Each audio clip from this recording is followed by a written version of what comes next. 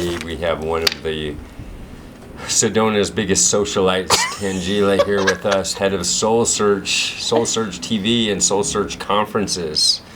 And what a unique pleasure to have you under the gun here, looking at your fitness level from a respiratory fitness level. It's something not too many people get a chance to do.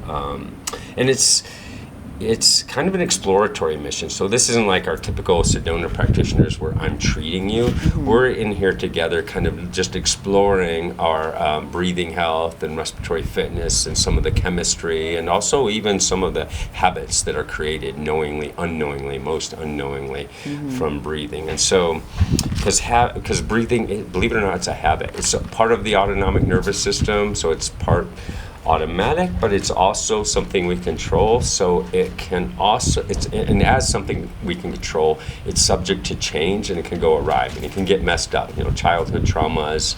For me it was asthma. Other people it's allergies. I think you recall you had allergies. I had really bad allergies growing up. Allergies. What else? Did your mom at all whip you?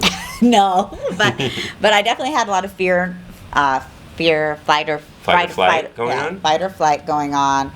And I just had really bad allergies growing up. So I could never breathe properly. I was always mouth breathing. I had to have like an operation when I was 11 for, I'm putting windows in my sinuses and taking out my tonsils and adenoids because I was like unable to breathe before that. And then finally after that operation, it did help with my breathing, but it was only after I went to college, and then after college when I really started focusing on my diet and exercise, that all of that improved. So it was really bad, much like myself, and many people have a childhood that they don't know. Okay, I can breathe through my mouth, it's fine, it's good enough. And it's really, unfortunately, sets us up for some long-term deterioration of even the sinus, being able to breathe through our nose. So it can be problematic. So we're just going to kind of look at, I'll have you answer some questions while I do a baseline of what your chemistry looks like, your CO2 specific. We're going to be looking at CO2 specifically. That's the big one that you can't get on typical biofeedback equipment. This is called capnometry biofeedback. And so it's looking at CO2 as well as your respiration rate. We'll look at your heart rate variability, things of that nature, and even maybe your muscle tension if we have time. It's kind of an adder, if time I want the whole package. Oh, okay. You got it. Right, because I get more, what is it, channel, or what's the thing in the ear? What's our trade? I don't know what. The candle. Oh, ear candling. Ear candling. Okay. Yeah, I forgot about that. You have 2 more sessions left. Right. Okay. All right. So I'll let you fill this out while I just run a basic session. So let's see. Breathing health quiz. And you can't talk during this because I'm going to be, no offense, but during this I'm going to be looking. So it's just breathing through your nose naturally. So intentional breathing. Is this like a practice that you have? Is it something that you like daily, I do breath work, or what when you filled that out, or do you purposely breathe a certain way at times on occasion? Well, I try to breathe through my nose all the time. Okay. Yeah. Okay. Where'd that come from? You. I thought so. All right. Good. So I try to do that, and then obviously if I'm meditating, I try to regulate my breath and breathe slower and more deeply. Yeah. And then if I'm walking or exercising, I really try to make sure I just try to make sure I'm breathing through my nose. No, it's good. Good for you. Yeah, and we'll actually give that a shot, the deep breathing, and see what that does for us. Because a lot of people do think, I need to breathe more. I need to do some deep breathing. I don't breathe, I'm too shallow a breather, and some it may or may not affect the chemistry, because it's not always the case that I need to breathe more. Much of what I teach is teaching people to breathe less. You remember that, right? How to breathe less, not more, because it's kind of oxidizing. So snoring, okay. So your partner at one point was like, yep, on occasion he'd catch you. Okay, thank you for being vulnerable and open to that. And so, although I deny it, but obviously I've been told I snore sometimes, so I'm putting it out there. Hey, if no one's around to hear you snore, are you really snoring? No. No, right? So sometimes being single is kind of nice. No one to ping you, wake you up. All right, anxiousness and worry. Tell me more. When does that occur? Or is that... I mean, occasionally. I mean, I think all humans, we have anxiousness and worry, so. True. Okay. Okay. But does it occur in the morning, or is it evening? Is it... like certain times of the month, sort of thing? More anxiousness maybe in the morning, I guess. But I meditate and do a lot of practice in the mornings too. So I really try to ease myself. So maybe, I don't know, I don't have a particular time of day where I get more anxious or worried. It's just based on if things are coming up. I do a lot to regulate that otherwise. You do. Yeah. You have a lot of help too. So I do. good, right? But, like it could come up in the afternoon, it could come up in the evening, depending on what I'm doing. So it could come up any time. But, with the moon cycle, obviously that can affect it too.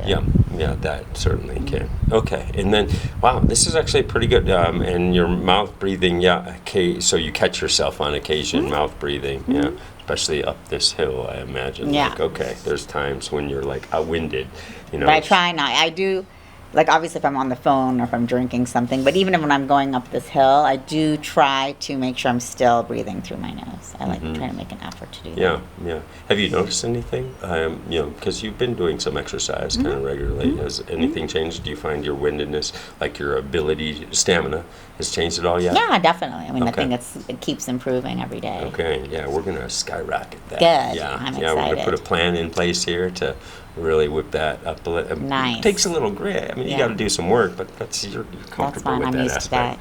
to that. Yeah. You got to work out. You got to make it, Yeah, to get those right. improvements. It's just like the muscles, your standard muscles to build respiratory fitness. And this is the thing for people that are, it's an anti-aging hat too. While people that are in the performance athletic world, it's big for helping performance when you have more endurance, because the thing that gives away the most for athletes tends to be not their like cardio, it's their respiratory that gives. But this is also some of the longest living people. Well, I shouldn't say that. A free diver can live long if they're not so risk-taking. However, it's these that people that have are more CO2 adapted, we call it, meaning are able to hold more CO2 in their system. And that's a lot of what it's going to be about. So I'm going to show you we'll come back to the live, but I'm going to show you some information here. Okay, so this is looking at, so what we're looking at here, I don't know if you can see better on this one. I can see better on the small one. Yeah. Okay. And is that? That's fine. Okay, you can see there. All right, so what we're looking at is your end tidal CO2. So that's what's measuring what's coming out of your nose is your end tidal CO2, and that's directly one-to-one correlated with the CO2 in your bloodstream. And that number has to stay in a window of close 35 millimeters or above. And so here, well, we don't see it here, the units. When we go to live, you'll see the units. And here it is, it's 30, you see 30, 35, 40. So it's really important to be at 35. And the reason for that is, and this is like all the time, day or night, we want 35 millimeters of hydrogen. That's how they're measuring CO2 or more, because that is affecting the pH in the body, not the pH of the gut. That changes between 2.3 and 8.2, depending on where in the GI tract. But we're talking the pH of the cerebrospinal fluid, the blood plasma, the lymphatic system. All the waters of the body have to stay right close to 7.4. And if not, then there are some buffer systems that come into place to help keep that real close. But if we're not near that 35, we're using up those buffers real quick, and so it becomes problematic.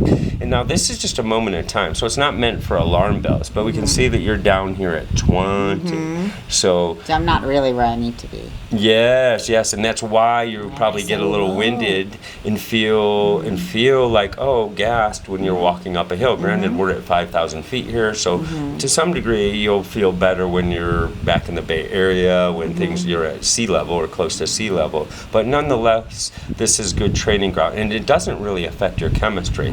But if we get this up, this is going to be a game changer for you, both in health span and in just your ability to, handle life a little bit better. And this anxiousness. So I'm actually pleasantly surprised that you don't have more things going on, because with chemistry, and maybe it's not this low all the time, but it's something that we want to work on. And, while, getting the analytics down, what you'll see is that you'll feel better, and you'll really be like, oh, wow, you won't feel this like Morgan had. Before Tess, when she was a teenager, she would have panic attacks. And we found out that she was hyperventilating a little bit. This panic was hyperventilation, and it brought her chemistry way off. And what happens sometimes is that she would blank out before a test. And so for every 1 millimeter below 35, it's 2% less blood flow to the brain. So CO2 is a vasodilator. It opens up the blood vessels. And when you don't have big CO2, it constricts the blood vessels. So it's like one of these blood pressure issues. Are there any blood pressure issues in your family? Or? Yeah, like my mom has low blood pressure. My dad has high blood pressure. High blood pressure, yeah. Okay. So your mom probably has okay chemistry, because the CO2 is a big vasodilator. But she has asthma. She does? Yeah. Oh, then we'd really have to put her on the equipment to see, because typically asthmatics are breathing a lot through their mouth, just as I was, thought I needed more air, and it constricts the bronchial chambers and makes you feel, like you need even more air. So. And maybe even though I'm trying to breathe through my mouth, maybe I don't do it as often as I think. You mean breathe through your nose? I mean breathe through my nose. Right. Maybe I don't do it as often as I think I'm doing it, because I wasn't used to doing it. Also, because I have been less physically active and fit the last couple of years than I usually am, I think I'm just get more winded in general now. Yeah. I don't have the same stamina and endurance I used to do. Right. I used to, but I'm hopefully I can go back to it. Yeah, you'll definitely be going back to that, especially under my auspices. Okay, good. Yeah, we're not going to let you on. Okay, so we'll go live here in a second and do this again. And we're just going to try some things out as we do this. Oh, and I'll go back to your respiration rate. Let's go look at that again, because we're looking here that we can see that it's about 22 breaths per minute that you're breathing. You've got a pause in between breaths of maybe a second before the next breath, right? And so this is a fairly quick pace, one that tends to be a little more anxious, so more hypervigilant, and it gives rise to lower CO2 levels when we're breathing a lot, even if we're breathing through our nose. And so what we'll do to change that is not always have to be mindful of the breath, because that will take forever. But as we increase your respiratory fitness and change your health, this will naturally come down. So our goal with people when we're in our retreats or when I'm working with people is not to have to focus on the breath all the time, because we've got other things to do. But we want it to run, automatically and do its job. We want it in the unconscious competence category, right? Where we're competently, doing it without having to think about it, right? But to get there, we may have to, you're aware now that, all right, it's not quite where it needs to be. We may have to build in some practices to get it there. And so eventually what we hope to do is to slow that breathing rate down to as low as 6 to 8 breaths per minute. Wow. Yeah. Okay, so right now it's 22 breaths per minute, and I want to slow down to 6 to 8. Yeah. Okay. And what that does for us is several things. It will help the chemistry out so that you're closer to 35, but then you're more in a more alpha state. So right now, and you get a lot done, you're in a higher beta state getting things done, and that's the way of the world these days, to get things done. But we want to come back to this default state, which is a little bit more alpha, which is more, okay, we're on it, we're working, but when we're reading something or filling something out, it should be a little more coherent with the breath, the brain, and then also the heart. So we're building in this heart, breath, brain coherence, which helps with the flow state a little more. So whether you're an athlete or whether you're just a musician, whether you're just in the work of life, we want to come back to this coherent state, which is like, a more relaxed, non-hypervigilant state, which even allows us to get more pause. When someone's talking, we're a little bit more listening. So you do a pretty good job of that. So not to say they're fully correlated, but it's one of those things that you'll see as you build this. It's like you can kind of be in this more open focus state. So we have a narrow focus, which is beta brain waves, like when we're doing computer work. In the corporate world, I used to be with engineers and be on the phone, because there's the hypervision about getting work done. And it was really, pretty bad there. We want to be able to still get that work done, whatever that is, but still be in a state of peace, we'll call it, And so, yeah. Okay. So, all right, let's see what happens when we go live.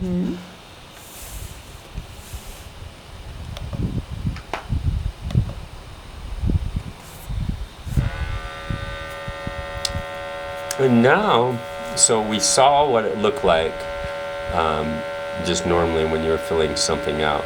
And now you said that, this deep breathing, like intentional breathing. Let's just try that and see if that changes what's going on. So you can close your eyes and do that for a little bit, and we'll see if it supports maybe a meditation. It's often a pranayama.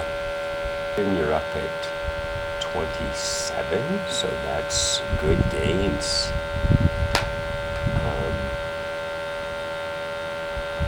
And now continue. Oh, that's a longer pause you just did.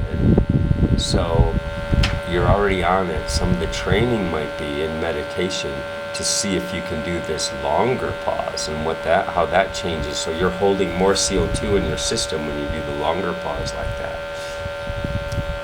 And that's going to take work. It's almost like a meditation in and of itself, because with each breath you have to remember to pause longer than you would normally pause. Oh, look at that. 10, 15 seconds. Beautiful. Yeah. Now you're up to 30. So that is a great pre-meditation pranayama to do before, and if you can pull that off for 5 minutes, and actually feel a little bit of the pain of being out of breath. Like I'll do whole minute breaths, for 5 minutes, so 5 breaths over the course of 5 minutes. You start with 20-second breaths, but just in, out, and it can be a slow out, and then that pause, and just see if you can build up to 30 seconds. You were at 25 seconds, so it might not take long. See if you can do that for 5 minutes. And then you'll be amazed at how it drops you into the deeper theta meditation, if you do it at the right hour. So that would be one of the homework pieces that can really help both meditation as well as your respiratory fitness. So that's a good start. And so because I don't see a lot of other symptoms here, I'm not going to dive into much else in the way of checking out what happens when you overbreathe, because there's not a reason to. You didn't put panicky or anxious? No. You ever? Okay, so that's not something that good. We won't go there. Let's look at your heart rate. See how this is working. And so just keep your hands like that. You can put them on your lap, nice and natural there.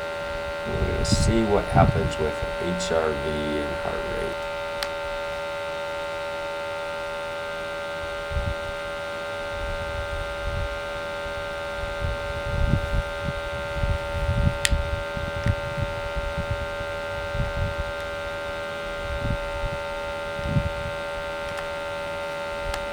Okay, so your heart rate, this is a little tough to read. We've got a little bit of, it's called artifact here, when it bounces up high like this. It's just some signals that are getting crossed here. But your heart rate tends to be here about 65, 55, 65, which is good, pretty low.